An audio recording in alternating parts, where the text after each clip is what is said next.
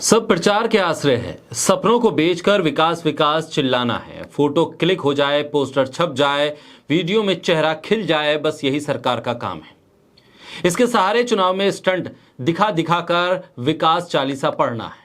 लेकिन जब हकीकत सामने आती है तब नींद से आंखें खुलती हैं तो जिम्मेदारी लेने को कोई तैयार नहीं होता। ओडिशा के बालासोर में सबसे भयंकर ट्रेन हादसा हुआ। 200 से ज्यादा लोगों की जान चली गई, लेकिन मंत्री जी ट्रेन के नीचे से निकलकर फोटो सेशन करवा रहे हैं। जिम्मेदारी लेने की हिम्मत नहीं कर पा रहे। ये वही मंत्री महोदय हैं जो बता रहे थे कैसे मोदी सरकार में ट्रेनों को सुरक्षा कवच मिल गया है। अब ट्रेनें नहीं टकराएंगी, अब हादसे नहीं होंगे। यूरोप के सुरक्षा मॉडल पर भारत में भी ट्रेन विकसित हो गई है। 4 मार्च 2022 को केंद्रीय रेल मंत्री बता रहे थे कि जब आमने सामने 2 ट्रेनें आ जाएं तो हादसे को कैसे रोका जा सकता है। इस ऑपरेशन का नाम कवच दिया गया था, लेकिन ओडिशा के बालासोर में रेल मंत्री का बताया गया, सुनाया गया, दिखाया गया सुरक्षा कवच टूट गया। बोलता हिंदुस्तान पर मैं हूं आपके साथ मिर्जा शाकिर अली बेग। झूठे प्रचार पर कितने दिन टिका जा सकता है? रेल मंत्री का कवच डेमो खुद पेश करते हुए कह रहे थे कि यूरोप के सुरक्षा सिस्टम से कवच सिस्टम आगे है, ट्रेनें टकरा नहीं सकती हैं। 400 मीटर पहले ही अपने आप थम जाएंगी ट्रेनें। तो क्या बालासोर में जिस ट्रेन के साथ हादसा हुआ उसमें सुरक्षा कवच नहीं था? अगर था तो हादसा क्यों हुआ, और नहीं था तो फिर वहां पर यह सुरक्षा कवच क्यों नहीं दिया गया? और आखिर किन किन ट्रेनों में यह सुरक्षा कवच है, सरकार कम से कम यह तो साफ करे। यह जांच का भी मुद्दा है कि कोरामंडल एक्सप्रेस के रूट पर कवच था या नहीं। कोरामंडल एक्सप्रेसवे हादसे के बाद सबसे बड़ा सवाल LHB और एंटी टेलीस्कोपिक कोचेस की सुरक्षा को लेकर भी है। इसके सुरक्षित होने को लेकर बड़े बड़े दावे किए गए। क्या यही है इन दावों की हकीकत? एंटी कोलिजन डिवाइस रक्षा कवच भी सिर्फ रेल मंत्रालय की प्रेस विज्ञप्तियों का हिस्सा बनी हुई है। पिछले 1.5-2 दशक से सुरेश प्रभु के हटने के बाद 3-4 साल तक ट्रेनें लेट होती रहीं, यात्री सुरक्षा के नाम पर। रेलवे भले ही हार्वर्ड IIM केस स्टडी का हिस्सा बनता होगा, आम यात्री की किस्मत में सिर्फ असुविधाओं के बीच मरना लिखा है, यह साफ तौर पर जाहिर है। पहले रेल मंत्रियों और अफसरों का ध्यान होता था ट्रेन की सुरक्षा, पटरियों के रखरखाव, सिग्नल व्यवस्था, फुल प्रूफ होने, कंट्रोल रूम के सही काम करने जैसी चीजों पर। आज ट्रेन में बच्चे के लिए डायपर पहुंचाना, खाना पहुंचाना, बहुत सजा कर पहुंचाना, इसकी ट्रे ऐसी दिखाई दे कि वैसी दिखाई दे, इस पर ध्यान रेल मंत्री से लेकर तमाम अधिकारियों का ज्यादा है।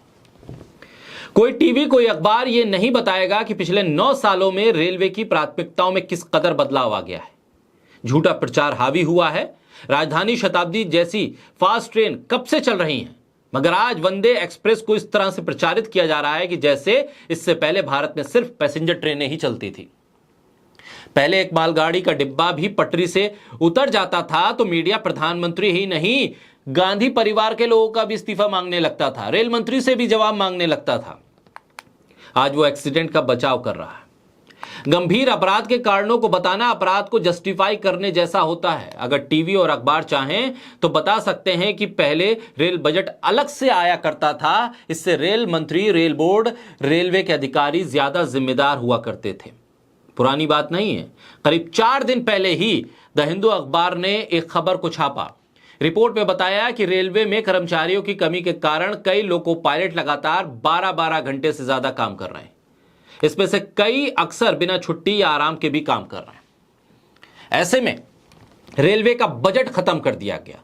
रेलवे का बजट खत्म हुआ तो फिर कर्मचारियों की छटनी भी शुरू हो गई।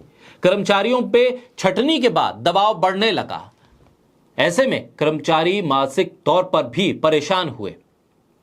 छुट्टी नहीं मिल रही है, डबल शिफ्ट करवाई जा रही है, और इस सब के बीच रेलवे के रखरखाव पर अब ध्यान कौन दे जब कर्मचारियों पर ही इतना दबाव है।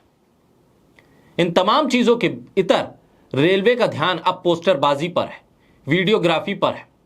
ड्रोन एंगल से जाती हुई ट्रेन को कैसे शूट करना है और उस वीडियो को कैसे ट्विटर पर डाल के यह बताना है कि अब रेलवे 2014 के बाद विकसित हुआ है। आखिर देश के भीतर जिस रेलवे पर सबसे ज्यादा लोगों का भरोसा था, सबसे ज्यादा लोग उस पर सफर करते थे, आज स्थिति यह है कि रेलवे की सुरक्षा को लेकर चर्चा भी नहीं होती। रेल मंत्री बन तो गए हैं, लेकिन न उनके पास अपना बजट है और ना ही रेल मंत्रालय को चलाने लायक कर्मचारी। ऐसे में सवाल इस बात का है कि इस हादसे के बाद जिम्मेदारी क्या तय हो पाएगी? क्या यह सुनिश्चित हो पाएगा कि रेलवे अपनी सुरक्षा को लेकर कितना जिम्मेदार है? क्या रेलवे को सुरक्षा को चाक चौबंद करने के लिए जितने कर्मचारियों की जरूरत है, जितने पैसे की जरूरत है, वो मिल पाएगा? क्योंकि बहरहाल इस बीच देश के भीतर हर चलती या रुकती ट्रेन को हरी झंडी दिखाने के लिए प्रधानमंत्री हैं, तो रेल हादसे पर जवाब देने के लिए प्रधानमंत्री क्यों नहीं है?